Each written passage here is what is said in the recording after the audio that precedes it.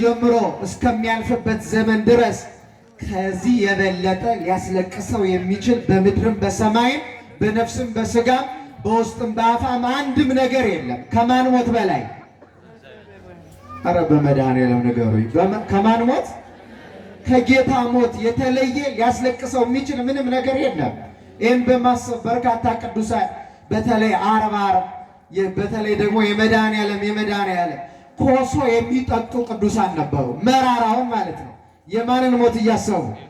ጎናቸውን በጦር ተወግተው ሌሊቱን በሙሉ እንቅልፍ አጥተው ሲጸልዩ የሚያድሩ ቅዱሳን ነበሩ። የማንን መከራ እያሰቡ? የመድኃኔዓለምን። ስለዚህ በሕሊናችን ውስጥ ልንረሳው የማንችለው እና የሚያስለቅሰን የሚያሳዝነን ነገር ቢኖር ሞተ ወልደ እግዚአብሔር የክርስቶስ ሞት። አሁን የዛሬውን ቀን ስናስብ ሁልጊዜ መድኃኔዓለም መቸንከሩ፣ ጎኑን በጦር መወጋቱ፣ እግሮቹን እጆቹን መቸንከሩ፣ መራራ ሐሞት መጠጣቱ፣ የሾህ አክሊል ደፍቶ ፊቱ በደም መለወሱ፣ ይህን ስናስበው ያሳዝነናል፣ በጣም ያሳዝነናል። ይህ የማያሳዝነው ከሆነ አንድ ክርስቲያን የሕይወት መንገዱን እየሳተ ነው ማለት ዋናው ይሄ ነው። እያለቀስን ልንኖር በነገራችን ላይ በዚህ በአራት ሁልጊዜ የምናስታውሰው ከ12 ሐዋርያት አንዱ የሆነው ዮሐንስ ወንጌላዊ በዚህ የታወቀ ነው። 70 ዓመት ሙሉ ፊቱ እንደተቋጠረ ኖሯል። ለምን? ጌታ ሲሰቀል ፊት ለፊት ነበረ።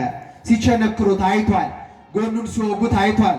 አጥንቱ አልቆ ስጋው አልቆ አጥንቱ ሲቆጠር ገርፈውት 6666 ግርፋት አይቷል። የሾህ አክሊል ደፍቶ ያ ሰዎች ሊያዩት ይጓጉለት የነበረው መልክ በደም ተለውሶ አይቷል። ሲወድቅ አይቷል። ልብሱን ሲገፉት አይቷል።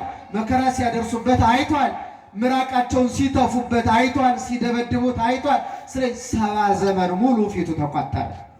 ስንት ዘመን ሙሉ? 70 ዘመን። አይገርማችሁ? አባቶቻችን ሳይቋረጥ 70 ዘመን ሙሉ ሞቱን ካሰቡ እኛው መቼ ነው ትዝ የሚለን ሞቱ? ምን ያህሎቻችን በሕሊናችን ለኛ የከፈለው ዋጋ ይመጣልናል? ይህን አስበን ሌላው ሁሉ ተርታ ነው። በነገራችን ላይ ቢገባን ኖሮ በሕይወታችን የመጨረሻው ትልቁ ጉዳያችን ማለት ለኛ የክርስቶስ ሞት ነው። ሌላ ሁሉ ይቀራል። እኛን ግን ከውድቀታችን ያነሳን፣ ከተሰበርንበት የጠገነ፣ ከራቅንበት ያቀረበን የኛ ምልክታችን፣ ክብራችን፣ ሞገሳችን፣ ጸጋችን የክርስቶስ ሞት ነው። ስለዚህ አንድ ክርስቲያን ይህን እያሰበ ማልቀስ፣ ማዘን፣ መርሳት የለበትም። መተርጉማኑ ምን እንዳሉ ታውቃላችሁ? ጌታ የተሰቀለበት ቦታ ቀራንዮ ይባላል። ያ መስቀሉ የተተከለበት ቦታ ደግሞ የአዳም አባታችን አጽም ያለበት ቦታ ነው። የማን አጽም? አይሰማም? የአዳም አባታችን አጽሙ ያለበት ቦታ ላይ ነው መስቀሉ የተተከለው። ይህ ለሁለት ምክንያት ነው ክርስቲያኖች። አንደኛ በተቆረሰ ስጋው በፈሰሰ ደሙ አዳምና ልጆቹን ለማዳን እንደመጣ ለማጠየቅ እሱ የተቀበረበት ላይ መስቀሉ ተተከለ። ሁለተኛውና ዋናው ያ ቦታ የራስ ቅል ስፍራ ይባላል። የራስ ቅል የአዳም የራስ ቅሉ ያለበት ቦታ ነው። መስቀሉ እዚያ ለምን ተተከለ ከተባለ ክርስቲያኖች ለዘላለሙ በሕሊናቸው የቀራንዮውን ነገር፣ የሞቱን ነገር፣ የችንካሩን ነገር፣ የስቅለቱን ነገር እንዳይረሱት በሕሊናቸው በራስ ቅላቸው ውስጥ የማይረሳ ስለሆነ እንዳይረሱት ነው ይሄ የሆነው እዚያ ላይ የተተከለው። ስለዚህ የመጀመሪያው ሊያሳዝነን ሊያስለቅሰን የሚገባው በኋላም በነገራችን ላይ ለመንግስተ ሰማያት ከሚያበቁን መሰረታዊ የክርስትና ስራዎች አንዱ ስለ ክርስቶስ ሞት ማዘን ነው። ስለማን ሞት? ስለ ክርስቶስ። ለመንግስተ ሰማያት ያበቃል። እርሱን እያሰቡ ቅድም ታምረ ማርያም ሲነበብ ሰምታችሁ ከሆነ ከኪዳን በፊት ደርሳችሁ ከሆነ እመቤታችን እነዚህን 5ቱን ሐዘናት ከሐዘኖች ሁሉ የሚበልጡባት ማለት ነው። የእመቤታችን 5ቱ ሐዘናት የሚባሉት በነገራችን ክርስቶስ የተቀበላቸው መከራዎች ናቸው። ችንካሩ እዚያ ውስጥ ሲቸነክሩ ብለዋለች። ወደ መቃብር ሲያወርዱ ብለዋለች። መራራ ሞት ሲያጠጡ ብለዋለች። በሁለት ወንበዴዎች መካከል ሲሰቅሉ ባየው ጊዜ አምርሬ አዝኛለሁ ብላለች። ስለዚህ እመቤታችን በጣም የሚያሳዝናት ይሄ ነው። ይህን እያሰበ አባታችን ሆይና በሰላመ ቅዱስ ገብርኤል የሚደግመውን አንቺ ከገባሽበት ቦታ አስገባዋለሁ ብሏታል። ስለዚህ ተመልከቱ፣ ለመንግስተ ሰማያት ያበቃል፣ ለገነት ያበቃል። የማንን ሞት ማሰብ? የክርስቶስን ሞት ሕማሙንና መከራውን ማሰብ ለዚያ የሚያበቃ መሰረታዊ ጉዳይ ነው። ይህንን በመጽሐፍ ቅዱስ ውስጥ በብዙ ነገር ማንሳት እንችላለን።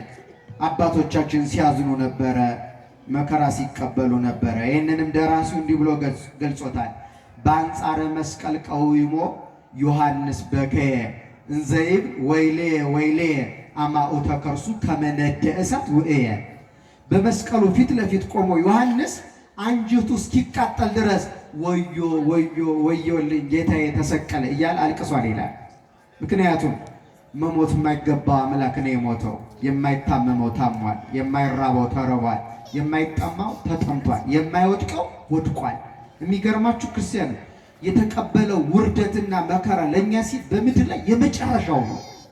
ማንም ሰው ቢወደን በዚህ ደረጃ ተዋርዶ ሊያከብረን አይችልም። አሁን እናንተ የምትወዱት ሰው ቢኖር ለዚያ ሰው ብላችሁ በአደባባይ ሙሉ ልብሳችሁን አውልቃችሁ በጎዳና ትቆሙለታላችሁ? ደህና አደራችሁ ትቆማላችሁ ወይ? አትቆሙም አይደለ? ለምን? ስለምናፍር። እናፍራለን አይደለ? ተመልከቱ፣ አሁን እኛም እናፍራለን በአቅማችን። ግን እርቃኑን ቀራንዮ ላይ የቆመው ማን ነው ካላችሁ ግን በባህሪው የከበረው አምላክ። እኛ ምን ክብራለን? በውስጣችን የሰራነውን በልብስ የተሰወረውን ኃጢአታችን እናውቀዋለን። ለሰው ብለን ነው እንጂ እኮ ልብስ ለብሰን የምንሄደው በኃጢአታችን ምክንያት እኮ ከተራቆትን ቆይተናል። በነፍሳችን እብደት ገጥሞናል። ያበደ ሰው ነው አይደል ልብሱን የሚያወልቀው? ስላበር ነፍሳችን ተራቁታለች፣ እናውቀዋለን። እኛ እንኳን በአቅማችን በሰው ፊት የተሻለ ልብስ ለብሰን መቆም ነው የምንፈልገው። ሰማይን በከዋክብት ምድርን በጽጌያት ያስጌጠው ጌታ ግን ራቁቱን ምንም ነገር ሳይኖረው በቀራንዮ ተሰቀለ። የዓለም ሴንተር ቦታ፣ መካከለኛ ቦታ ላይ። የሚገርማችሁ አሁን የመድኃኔዓለምን ስዕል ስታዩ ከዚህ ከወገቡ በታች ልብስ ታጥቆ ነው አይደል የሚሳለው? አይታችሁ ታታውቁ? እንደዚያ ነው። ይሄ ከዘመናት በኋላ አሁን ቅድም ያልኳችሁ ጌታ ሲሰቀል ያየው ዮሐንስ ሲስል ነው እንጂ እንደዛ አድርጎ የሳለው ምንም ልብስ የሚባል አልነበረውም። ሙሉ እርቃኑን ነው። እርሱ እንዲሁም ሲስለው ቀራንዮ ላይ ስለነበረ አንድም ልብስ ሳያደርግ እርቃኑን ሳለው። ያኔ ከስዕሉ በከመ ሰቀሉኒ አይሁድ ራቄ በኢየሩሳሌም ዳግመኑ ተሰቅለኒ በሮም አለው። አይሁድ በኢየሩሳሌም እርቃኔን እንደሰቀሉኝ ደግሞ በሮም እንዴት ነው እርቃኔን የምትሰቅለኝ ያለው ይላል ከስዕሉ የወጣው ድምፅ። ዮሐንስ ሲስለው የጌታን ስነ ስቅለት። ከዚያ በኋላ ይሄን ከለሜዳ አስታጠቀው። ጨርቅ አስታጥቆ መሳል የተጀመረው ከዚያ በኋላ ነው። እርሱ ግን የተሰቀለ ራቁቱን ነው ያን ሁሉ መከራ የተቀበለው። ስለዚህ አንድ ክርስቲያን ነገ ይደሰት ዘንድ ዛሬ በህሊናው የማንን ሞት እያሰበ መኖር አለበት? አዎ ሞት የማይገባ አምላክ ስለኛ ሞቷልና ልንረሳው አይገባም። ዓለም ግን ያሳዝነኛል በጣም። ዓለም ግን ረሳው፣ ዓለም ግን ዘነጋው፣ ዓለም ግን ተወው። ጥያቄ ልጠይቃችሁ ክርስቲያን፣ እስኪ ዝም ብላችሁ ከልባችሁ በህይወታችሁ ክርስቶስን ትታችሁታል? አልተዋችሁትም? አይዟችሁ፣ አትፍሩ። ምን ነው ፈራችሁ?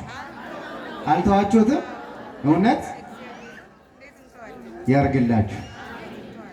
በተግባር አልተዋችሁትም? እውነት እናቶቻችን ልክ ናቸው። እነሱ አልተውትም። አብዛኞቻችን ግን የተሆነው ነው የሚመስለኝ። እኔ በአፋችን አሁን ስንጠየቅ ክርስቶስን እንወደዋለን ነው የምንለው አይደለም? እንወደዋለን አንወደው? ግን እዚህ ውስጥ በኋላ መጠበታለሁ። እዚህ ውስጥ ያልቆረበ ሰው አለ የለም? ደህና አደራችሁ? ያልቆረበ ሰው አለ የለም? ንስሐ ያልገባ ሰውስ? ተጣልታችሁ እዚህ ውስጥ ባልና ሚስቶች ተጣልታችሁ ተኳርፋችሁ የማትነጋገሩ አላችሁ። ጉረቤቶች እዚህ ውስጥ ቂም የሌለበት ያልተጣላ ሰው አለ? እና እኛ እንወደዋለን ጌታ? ቂመኛና በቀለኛ ሰው ለክርስቶስ ፍቅር የለውም። ብንወደው ኖሮ ስጋውን እንበላ ደሙን እንጠጣ ንስሐ እንገባ እንታረቅ እውነተኛ ክርስቲያኖች እንሆን ነበር። ግን እንደውም ከምንታረቅ ሌላው ነገር ክርስትናው ቢቀርብን ይሻላል ብለን እንደዚህ አይነት ነው ኑሮ የምንኖረው። ስለዚህ የእውነቱን የምነግራችሁ በአፋችን እንጂ በተግባር ትተነዋል፣ ረስተነዋል። እንኳን ልናለቅስለት ስለኛ መሞቱን ዘንግተነዋል። እባካችሁ ክርስቲያኖች በቀሪ ዘመናችን ቀናችን ስለማይታወቅ እንመለስና ለክርስቶስ ያለንን ፍቅር በተግባር እንግለጠው። በጣም አንድ ምሳሌ ላስረዳችሁ እንዴት እንደተው ነው። በሕይወታችን ውስጥ በጣም ልዩ ትኩረት የምንሰጠው ምንድን ነው? መስቀል። አንድ ምሳሌ ላሳያችሁ እንዴት እንደምንተው በምሳሌ ላስረዳችሁ። ይሄ ይታያችኋል? አይታያችሁም? ምንድን ነው ይሄ? አንድ አባት ምን አለ መሰላችሁ? ክርስትና የገባቸው ክርስቶስን መድኃኔዓለምን ከልባቸው የሚወዱ ክርስቲያኖች የሚኖሩት ሕይወት የመስቀል ሕይወት ነው አለ።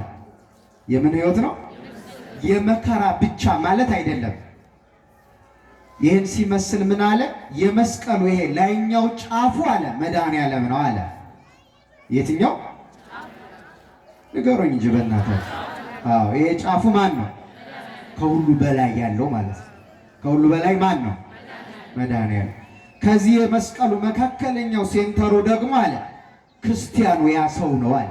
ያ ክርስቲያን እዚህ የመስቀሉ ጫፍ ደግሞ የሚያልፈው በምድር ላይ የሚቀረው ነገር በሙሉ ነው አለ። የሚበላው፣ የሚጠጣው፣ ክብሩ፣ ዝናው፣ ስልጣኑ፣ ሀብቱ፣ ስራው፣ ትዳር ሁሉም ይቀራል አይቀርም? በትክክል የገባቸው ሰዎች የሚያልፈውን ነገር ከታች ያረጉታል። ቀጥሎ እነሱ ከሁሉ በላይ ማንን ያረጉታል? አረ ንገሩኝ። መድኃኔዓለም። ክርስትና ያልገባቸው ፍቅሩ የመድኃኔዓለም ፍቅሩን የዘነጉ ግን ሕይወታቸውን እንደዚህ ይገለብጡታል አለ። ታያችኋል? አሁን ሲገለበጥ መድኃኔዓለም ከየት ሆነ? በጣም የእውነት እንዳንጣላ ንገሩኝ። መድኃኔዓለም የት ሆነ? የሚያልፈው የሚጠፋው ከየት ሆነ? እነሱ ከመሃል። አሁን ልጠይቃችሁ፣ በእናንተ ሕይወት ውስጥ ሕይወታችሁ እንደዚህ ነው ወይስ እንደዚህ ነው? አልተግባባንም? እንደዚህ ነው። በሕይወታችሁ ውስጥ ሁልጊዜ መድኃኔዓለም ይቀድማል? አራቷሹ በእናታችሁ ይቀድማል። እና ለምን አልቆረባችሁም? ለምን ንስሐ አልገባችሁም? ለምን አልታረቃችሁም? ለምን ከሁሉ ስራታስ እናስቀድመዋለን በማለት ብቻ ይሆናል እንዴ? ስጋውን ካልበላን ደሙን ካልጠጣ ምን ዋጋ አለው? እኔ ግን የአብዛኞቻችን እንደዚህ ያለ ነው። ከሁሉ በታች ነው መድኃኔዓለም በእኛ ይሆን፣ በአፋችን አይደለም በተግባራችን እንደዚህ ነው። እኔ ግን ምኞቴ እዚህ ያለ ነው ሁላችንም ሕይወታችን ተቀይሮ እንዲህ እንድንሆን ማን ይርዳል? እስኪ አመስግኑት።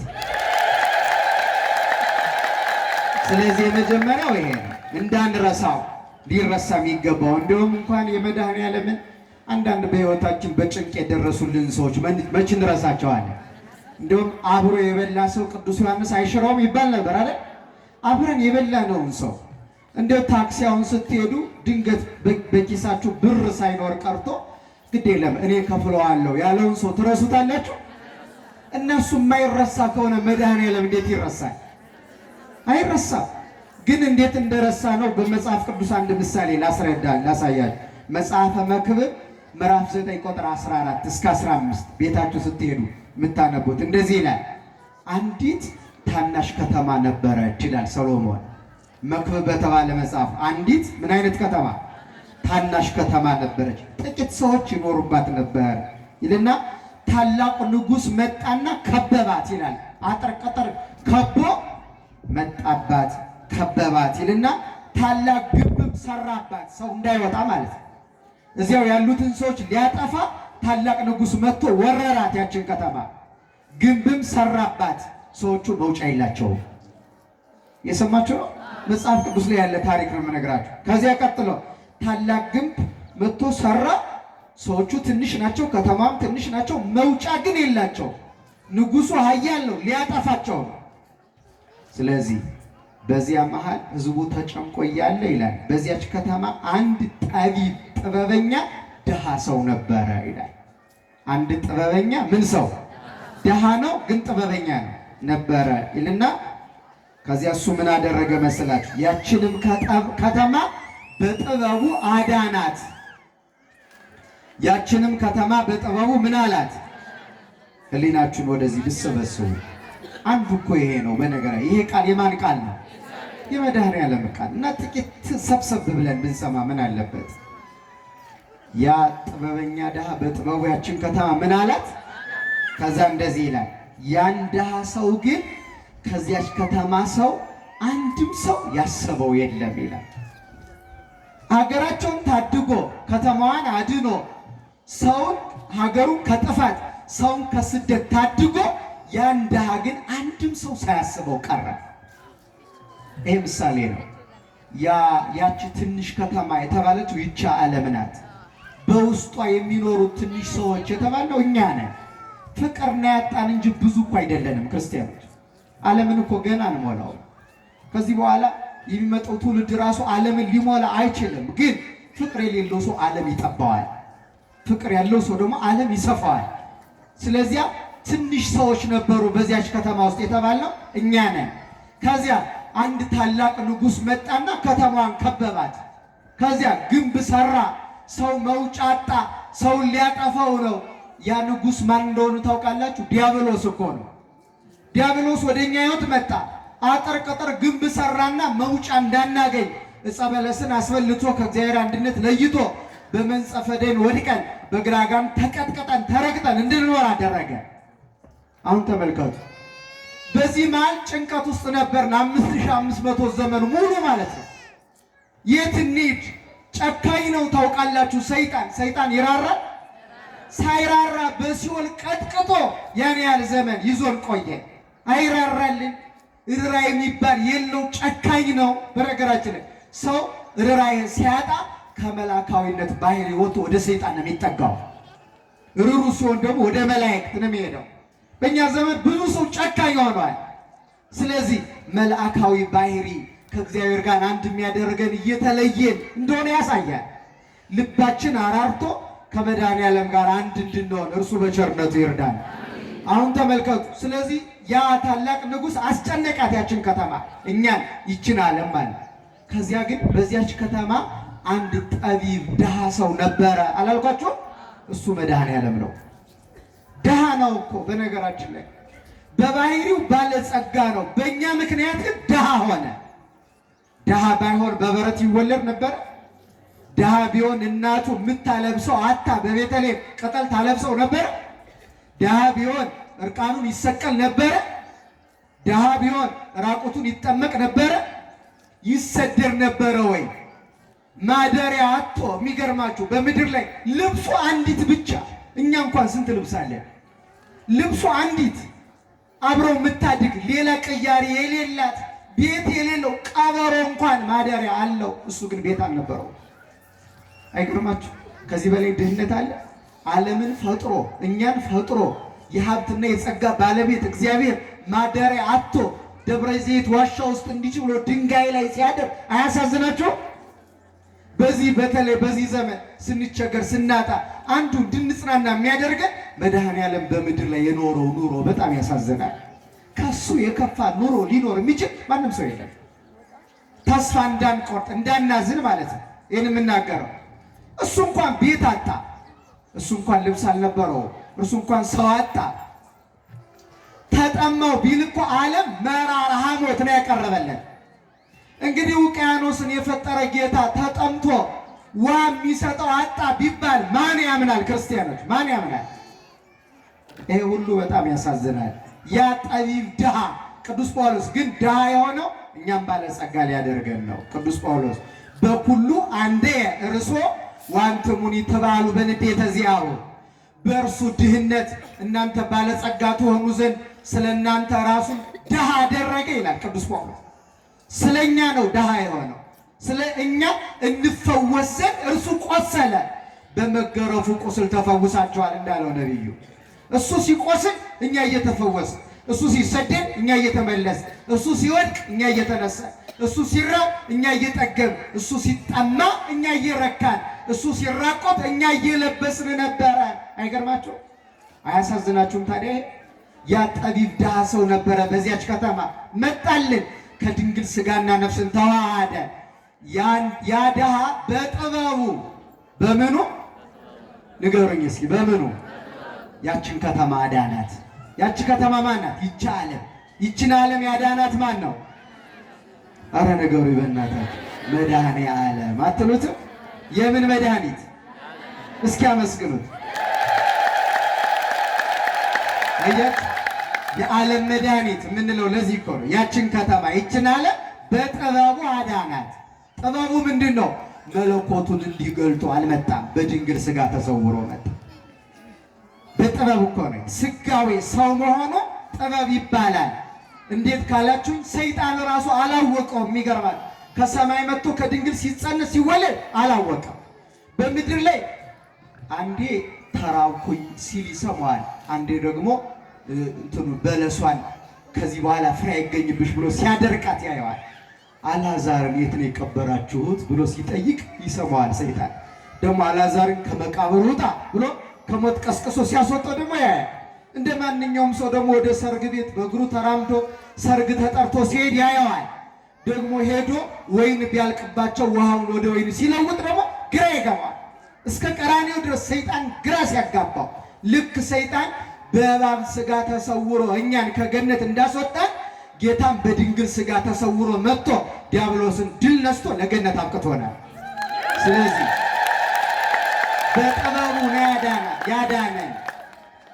ዋናው መልእክቴ ግን ይሄ ነው ክርስቲያኖች፣ ከዳነ በኋላ ዓለሙ ለዲያብሎስ ከመገዛት ከጭን ከመከራ ከወጣ በኋላ ያንን ድሃ ሰው ግን ማንም ያሰበው አልነበረም ነው የሚለው መጽሐፍ። ረሳው፣ ዓለም ያዳነውን ጌታ ረሳ፣ የታመመለትን ጌታ ረሳ፣ ከውድቀት ያነሳውን ጌታ ረሳ። ስለዚህ እንዳንረሳው ልባችን በጽድቅ ብርሃን መድኃኔዓለም ያብራልን። ያን ካረሳ ነው እናዝናለን። ስለኔ እኮ ነው የሞተ፣ ስለኔ እኮ ነው የታመመ እንላለን። በምድር ላይ የሆነው ነገር በነገራችን ላይ እመቤታችን ቅድስት ድንግል ማርያም ቀራንዮ ላይ የነበረውን ሁኔታ አባ ሕርያቆስ የተባለ አባት ለሃ ማርያም የሚባል ድርሰት አለው። የማርያም ልቅሶ፣ የማን ልቅሶ መጽሐፍ አለው እና እዚያ ላይ እመቤታችን ታለቅሳለች። የምትጠይቀው ጥያቄ አንድ ነበር። እውነት በምድር ላይ ግን ዳኛ የለም ትል ነበር። እውነት ፍትህ የለም፣ ፍርድ ሲንጋደድ እንደዚያ እና ሁለት ጥያቄ ትጠይቅ ነበር። እውነት ዳኛ ቢኖር ኖሮ ይሁዳ እያለ እንዴት የኔ ልጅ ይሰቀል ነበረ? ሌባው ማለት ነው። የሙዳየ ምጽዋት ሌባው ይሁዳ እያለ ማን ተሰቀለ? ጌታ ተሰቀለ። ዘመኑን በሙሉ እጁ በደም የተነከረ ሽፍታ በረባን እያለ ጌታ ተሰቀለ። እውነት ዳኛ የለም ወይ ትል ነበር ይላል እመቤታችን። ፍትህ የለም ወይ በምድር ላይ እንዴት ግፍ ይሰራል ትል ነበረ። ይሄ ያሳዝነናል በጣም። ዛሬም ቢሆን በምድራችን ግፍ ሲበዛ ፍትህ ሲጠፋ ቀራንዮን ማሰብ፣ ያኔ በሱ ላይ የተንጋደደውን ፍርድ። ለዚያ እኮ ነው ቀኑ የጨለመ። የሚገርማችሁ ጌታ በተሰቀለ ቀን 6 ሰዓት ላይ ዓለም ጨለመ። ለምን? ፍርድ ተንጋዷል፣ እውነት ጠፍቷል፣ ግፍ በስቷል። ንጹሕን ጌታ በሁለት ሽፍታዎች መካከል ሰቅለውታል። ያ ሁሉ ስላለ እና ዛሬ የሚያለቅሱ ብፁዓን ናቸው። ዛሬ ጌታን የመድኃኔዓለም ሞት እያሰቡ የሚያለቅሱ ብፁዓን ናቸው። ነገ ይደሰታሉ፣ በመንግስተ ሰማያት ይኖራሉ። ሁላችንንም ለመንግስተ ሰማያት ያብቃል። ሁለተኛ ክርስቲያኖች፣ ከዚህ በኋላ አፍጥኜ ነው የምጨርሰው፣ ዋናው ጉዳይ ይሄ ስለነበረ። ሁለተኛው ማልቀስ የሚገባን 5 ነገር ነው ያልኳቸው አይደል?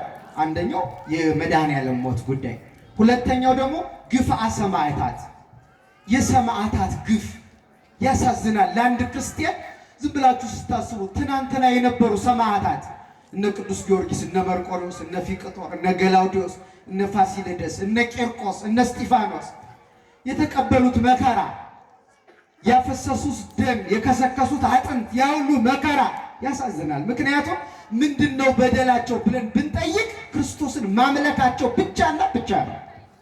ይህ አያሳዝንም? አሁን ዝም ብላችሁ በጎዳና አንድ ሰው ያለ በደሉ አንዱ በጥፊ ሲመታው ስታዩ አታዝነው? እናዝናለን።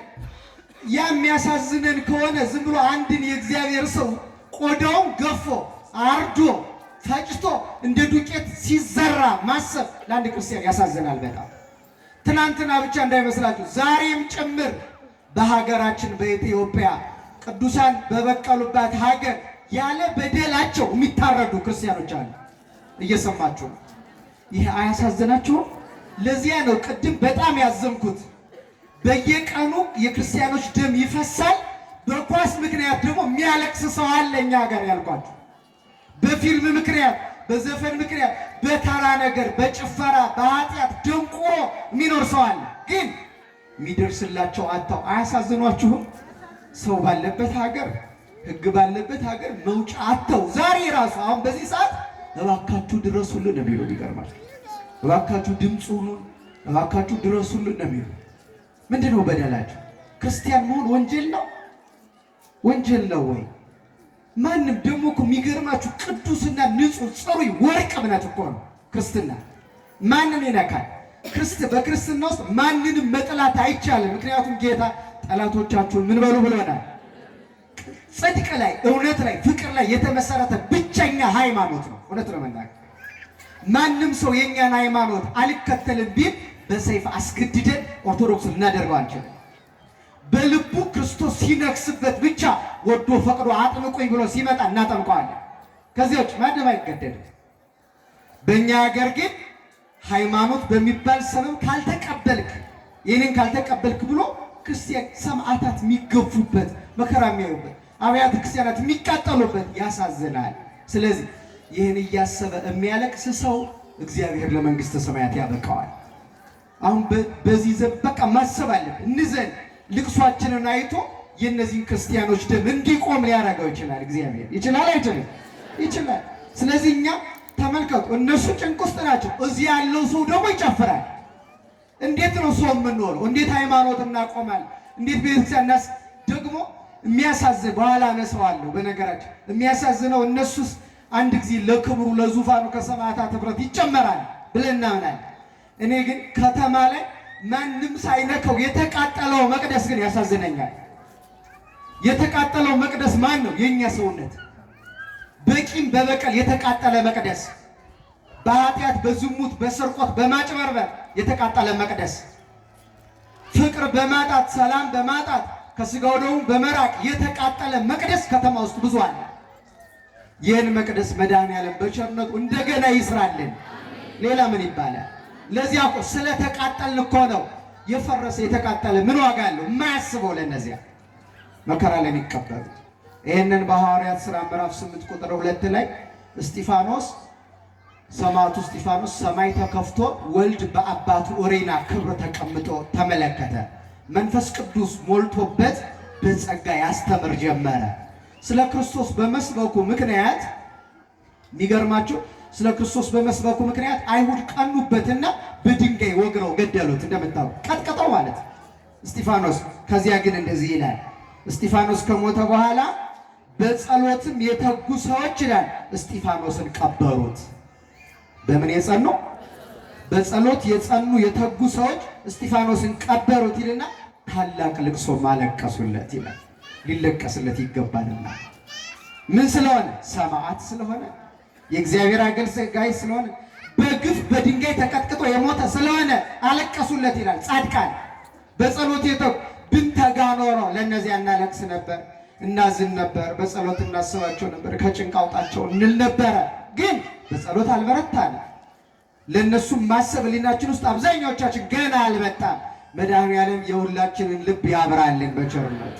አለቀሱለት ይላል እና የሰማዕታትን ትናንትም ዛሬም እስከ ዳግም ምጽአቱ ድረስ አይቋረጥም። ይገርማችሁ። እንደውም አንድ አባት ምን ይላሉ? እኛ ይላሉ እንደ እስጢፋኖስ ጥቂት ዘመን ነው የኖረ፣ ግን ብዙ ስራ ነው የሰራ። ትንሽ ዘመን ኖሮ ብዙ ስራ ሰራ እና ምን አሉ? እውነተኛ ሰዎች ብንሆን ኖሮ አሉ እንደ እስጢፋኖስ እድሜያችን አጥሮ ስራችን ይበዛ ነበር አሉ። አጭር ዘመን ነው የኖረ፣ ስራው ግን ሕያው ነው፣ በጣም ረጅም ነው በጣም። ስለዚህ እንደውም አንዳንድ ጊዜ እኮ እድሜያችን የመርዘሙ ምክንያት ሐሰተኞች የመሆናችን ይመስለኛል።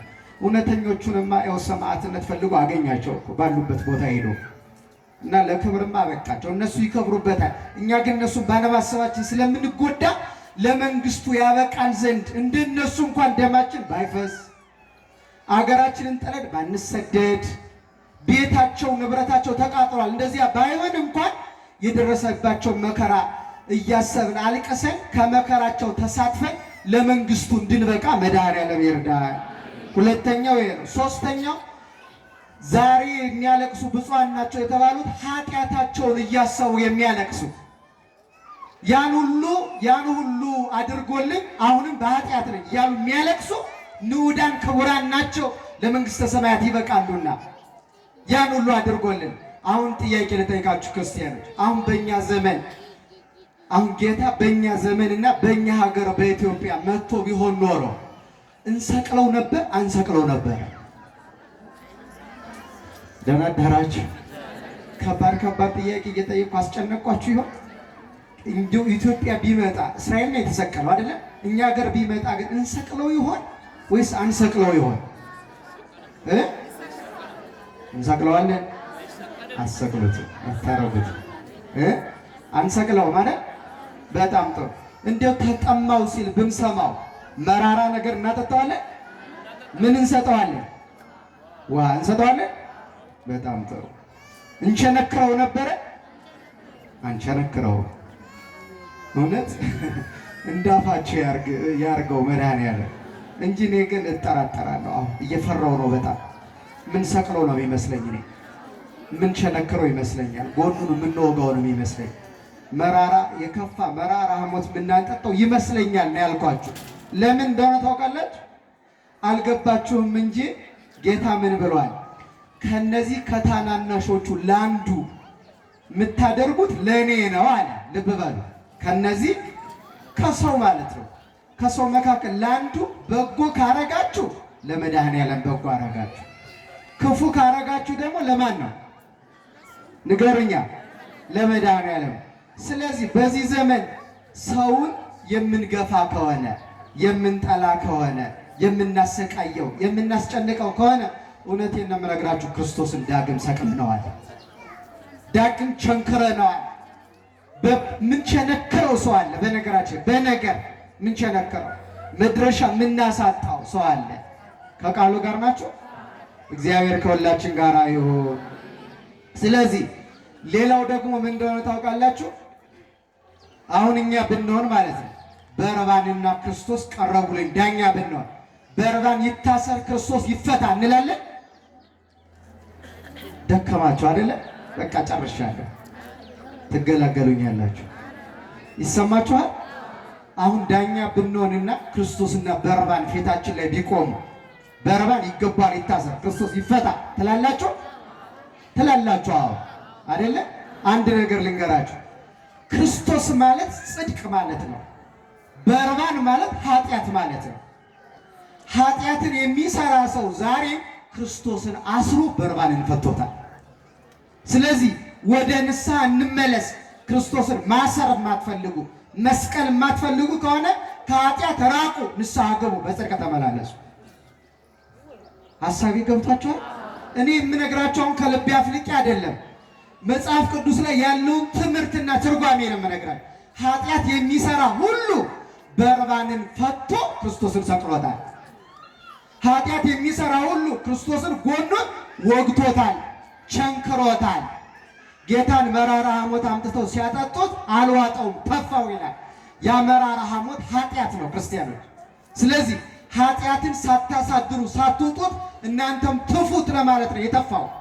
ስለዚህ ኃጢአትን የሚያጣጥም ሁሉ ዛሬም ጌታን መራራ ሐሞት እያጠጣው ነው። ስለዚህ ውሃ ነበር የምናጠጣው ብናገኘው የምትሉ ሁሉ ንስሐ ገቡ። ስለ ኃጢአታችሁ አልቅሱ፣ እናልቀስ። እግዚአብሔር ለመንግስቱ ያበቃናል ንስሐ ብንገባ። ደግሞ አንድ እውነት ልንገራችሁ፣ ስለ ሰው ኃጢአት መቁጠር እገሊት እኮ እንዲህ ናት፣ እገሌ እኮ እንዲህ ነው እያሉ መዋል የጽድቅ ምልክት አይደለም። እንዲሁም ዮሐንስ አፈወርቅ ምናል እገሌ ክፉ ነው፣ እገሌ ሌባ ነው፣ እገሊት ዘማዊት ናት፣ እገሌ እንደዚህ ነው ስትል በመዋል ምን ታተርፋለህ ይላል። ነፍስን ታቆስላለህ እንጂ ምን ታተርፋለህ ይልና አንድ ምሳሌ አበው ያስቀምጣሉ። አንድ ሰው ወደ ገዳም ገባ። አንድ ሳምንት ሱባኤ ገብቶ ሲወጣ አበምኔቱን አገኛቸው። ምን ተገለጠልህ አሉ። የዓለሙ ሁሉ ኃጢአት ታየኝ አላቸው። አይ እንኳን ልትበቃ እንዲሁም ኃጢአት እየባሰብህ ስለሆነ እንደገና ሱባኤ ገባ አሉት። ከዛ ገባ። 2 ሳምንት ቆየ። ሲወጣ አሁንስ ምን ታየ አሉት። አሁን ደግሞ የቤተሰቦች የጉረቤቶች ኃጢአት ፍትው ብሎ ታየ፣ የሰሩት ኃጢአት በሙሉ። አይ አሁንም እየባሰብህ ነው፣ ግባና እስኪ እንደገና እግዚአብሔርን ጠይቀው አሉት። በ3ኛው ሳምንት ግን ይላል እያለቀሰ መጣ። ምን ሆነ ነው አሉ። ዛሬ ግን የራሴ ኃጢአት ታየኝ አላቸው። የበቃኸው ወደ እግዚአብሔር የቀረብከው ዛሬ ነው አሉት። ስለዚህ ስለ ራሳችን ኃጢአት ቆጥረን አስበን ተናዘን የምንኖር ከሆነ የበቃ ነው የገባን ወደ እግዚአብሔር የቀረብነው ዛሬ ነው። ስለዚህ ስለ ራሳችን እናልቅስ። ስለ ራሳቸው ኃጢአት አልቅሰው የተጠቀሙ ለቅድስና የበቁ በርካታ ቅዱሳን አሉ። ለምሳሌ አሁን ዛሬ መድኃኔዓለምን ስናገር አንዱ መድኃኔዓለም ወደዚህ ዓለም እንዲመጣ ስጋውን እንዲቆርስ ደሙን እንዲያፈስ ዓለምን እንዲያድን ያደረገው የማን እንባ እንደሆነ ታውቃላችሁ? የአዳም እኮ ነው። ስለ ኃጢአቱ አለቀሰ፣ ንስሐ ገባ። ከዚያ በሱ እንባ ምክንያት የኛን ስጋ ተዋህዶ ሊያድነን ወደዚህ ዓለም መጣ። አያችሁ፣ ለሌላውም ተረፈ። በብሉይ ኪዳን ዳዊት፣ ነቢየ እግዚአብሔር ዳዊት፣ የሐዋርያት አለቃ ቅዱስ ጴጥሮስ፣ እነዚህ ሁሉ አልቅሰው ስለ ራሳቸው ኃጢአት አልቅሰው ለክብር በቅተዋል። እና እኛም ስለ ኃጢአታችን አልቅሰን ለክብር እንድንበቃ መድኃኔዓለም ይርዳ። ከዚያ ሌላኛው ደግሞ ክርስቲያኖች የባልንጀራን ኃጢአት እያሰቡ ማለት እገሌ ሌባ ነው፣ እገሌ እንዲህ ነው፣ እገሌ ሳይሆን የባልንጀራን ማለት ክፉ ሃይማኖት፣ ክፉ ምግባር ላይ ካለ እባክህ መድኃኔዓለም ልቡን አብርተን ወደ ጽድቅ አምጣው። ዘማዊ ሰው ካያችሁ አትፍረዱበት። ሌባ ሰው ካያችሁ አትፍረዱበት። በኃጢአት ታስሮ ብታዩት ምን በሉ? አልቅሳችሁ ጸልዩለት። እባክህ ለንስሐ ሞት አብቃው፣ እንዲህ እንደሆነ እንዳይሞት እርዳው ብላችሁ ልትለምኑለት ይገባል። ይህንን ደግሞ የተማርነው ከራሱ ከጌታ ነው። ወደ ኢየሩሳሌም በአህያ ተጭኖ ሲገባ ይላል። እየሰማችሁ ነው። የሆሳዕና የምናስተምረው ትምህርት ነው። ተጭኖ ሲገባ ጌታ እንዳይመሰገን የሚያደርጉ አይሁድ ነበሩ እና እንዲህ ይላል መጽሐፍ፣ ርያ ለሀገር በከየ ላይ ሀገሪቱን አይቶ አለቀሰላት ይላል። ሀገሪቱን አይቶ ምን አለላት? አለቀሰላት። ሀገሩ ማለት ተራራው፣ ሸንተረሩ፣ ወንዙ፣ ሸለቆ፣ ቤቱ፣ ህንፃው አይደለም። ሀገር ማለት ማን ነው? ሰው ነው። እስኪ ሰው በሉ። በእኛ ዘመን አንዱ ያጣነው ነገር ቢኖር ሀገር ማለት ሰው መሆኑ አልገባንም። ሰው ከሌለ በነገራችን ላይ በምድሪቱ ላይ ሰው ከሌለ ሀገር ምድረ በዳ ነው የሚሆነው። በዚያ ላይ ሰው ከሌለ በተፈታ ሀገር ላይ የሚሰለጥን ጋኔን አለ። አጋንንት ነው የሚሰለጥንበት፣ አራዊት ነው የሚሰለጥን። ሰው ከሌለ ሀገር ማለት ሰው ነው። ሌላ ምንም ትርጉም የለም። ሰው መውደድ፣ ሰው ማክበር ይገባልና አይቶ አለቀሰላት እና እንዲህ አላት፣ ብታውቂስ ኖሮ የይቅርታሽ ጊዜ አሁን ነበር አላት። ቢገባሽ ኖሮ የምሕረትሽ ጊዜ አሁን ነበረ፣ ግን አላወቅሽም። ጠላቶችሽ ዙሪያሽን ከበው ያስጨንቁሻል አላት። ተመልከቱ፣ ጊዜውን የማናውቀው ከሆነ ክርስቲያኖች ለራሳችን ለወንድሞቻችን አልቅሰን ወደ ንስሐ ካልተመለስ ጠላቶቻችን ከበው የሚያስጨንቁን ንስሐ እንግባ ብንል እንመለስ ብንል ቤተክርስቲያን እንሂድ ብንል የማንችልበት አስጨናቂ ጊዜ ይመጣል። ያ ጊዜ ሳይመጣ ጌታ እንዳለቀሰው በኋላ የሚገርማችሁ አለቀሰላት፣ አላወቅሽም ጊዜሽን ብሎ። መጨረሻ ግን ምን እንደሆነ ታውቃላችሁ? መጨረሻ ይህን ጌታ ተናግሮ ሳትመለስ ቀረች ከተማዋ። ሰው ሳይገባው ቀረ። 40 ዓመት ጠብቆ ጥጦስ የሚባል ሮማዊ ንጉሥ ነገሰና ኢየሩሳሌምን ከበባት። ከዚህ ሀገሪቱ ፈረሰች። እስራኤላውያን ተበተኑ። ቅርብ ጊዜ ነው ሀገር የመሰረቱ እንደምታውቁት። አያችሁ። ስለዚህ የመጎብኘታችንን ወራት የማናውቅ ከሆነ እግዚአብሔር ያለቅሳል። ያኔ ሀገር አልባ እንሆናለን፣ ጽድቃችን ይቀራል፣ ተበትነን ስደተኞች እንሆናለን። ጽድቅ እንስራ ብንል በነገራችን ለሁሉም ቦታ ያስፈልጋል። አሁን ዛሬ መከራ ውስጥ ያሉት ክርስቲያኖች እንጸልይ ቢሉ አይችሉም። መቅደሳቸው ተቃጥሏል፣ መሄጃ አጥተዋል። በዚያ ላይ ተረጋግቶ መጸለይ አይቻልም፣ ምክንያቱም ዙሪያቸውን ጠላት ከቧል። አያችሁ። ስለዚህ ጊዜው ዛሬ ነው። መቼ ነው ምናለቅስበት? ንስሐ የምንገባበት ዛሬ ነው። የመጨረሻው የትምህርት ማጠቃለያ ማልቀስ ያለበት አንድ ክርስቲያን ከስጋው ደሙ ሲርቅ ነው። ይሄ ማጠቃለያ ነው እና ይህን ዮሐንስ አፈወርቅ የተባለ አባት ምን ይላል? የእናቱን ጡት እንዳስተውት ሕፃን ከቁርባን ስትርቁ አምርራችሁ አልቅሱ ይላል።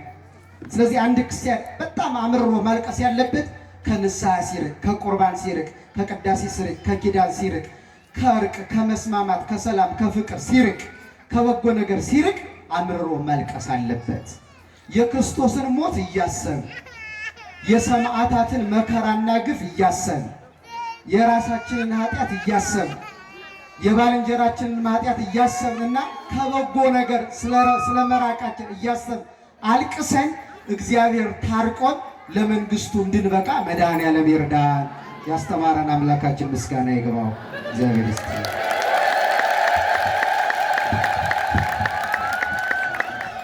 ያስተማረን የመከረን አምላካችን እግዚአብሔር ስሙ ለዘለዓለም የተመሰገነ ይሁን፣ የተመሰገነ ይሁን።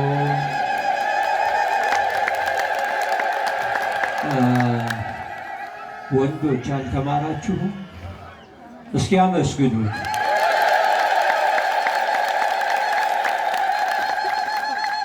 ያስተማረን መድኃኔዓለም በድጋሚ ስሙ ለዘለዓለም የተመሰገነ ይሁን፣ የተመሰገነ ይሁን።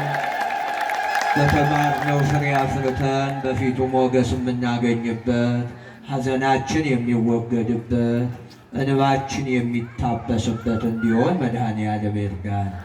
ያስተማሩንን መምህራችንን መምህር እንዳልካቸውን ቃለ ሕይወትን ያሰማልን፣ ቃለ ሕይወትን ያሰማልን። አምላካችን በዕድሜ በጸጋ ይጠብቅልን፣ አስመ መምህራንን ያድልልን። አመስግኑላቸው። ዛሬ በመድኃኔዓለም በማን አድሮ አስተማረ? በማን?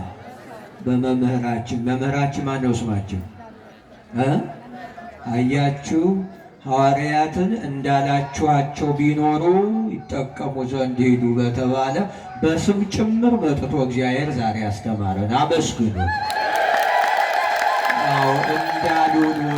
እንዳሉን እንደነገሩን እንደመከሩን ጸንተን በረከት አግኝተን እንድናልፍ መድኃኔዓለም ይርዳን።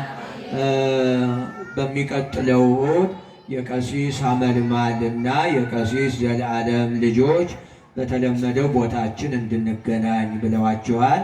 የቀሲስ ዘለዓለምና የቀሲስ አመልማል ልጆች የአባቶቻችሁን ድምፅ ሰምታችሁ በተለመደው ቦታ እንድትገናኙ። ሌላው ወደ መጨረሻው አገልግሎት ከመሄዳችን በፊት ልትጠብቋችሁ የሚገባውን ነገር ጠብቁ። ቅድም መምህራችን በትምህርቱ ደረጃ ነግረውናል። ዛሬ የሚያለቅሱ አይደል ያሉት? እንባችን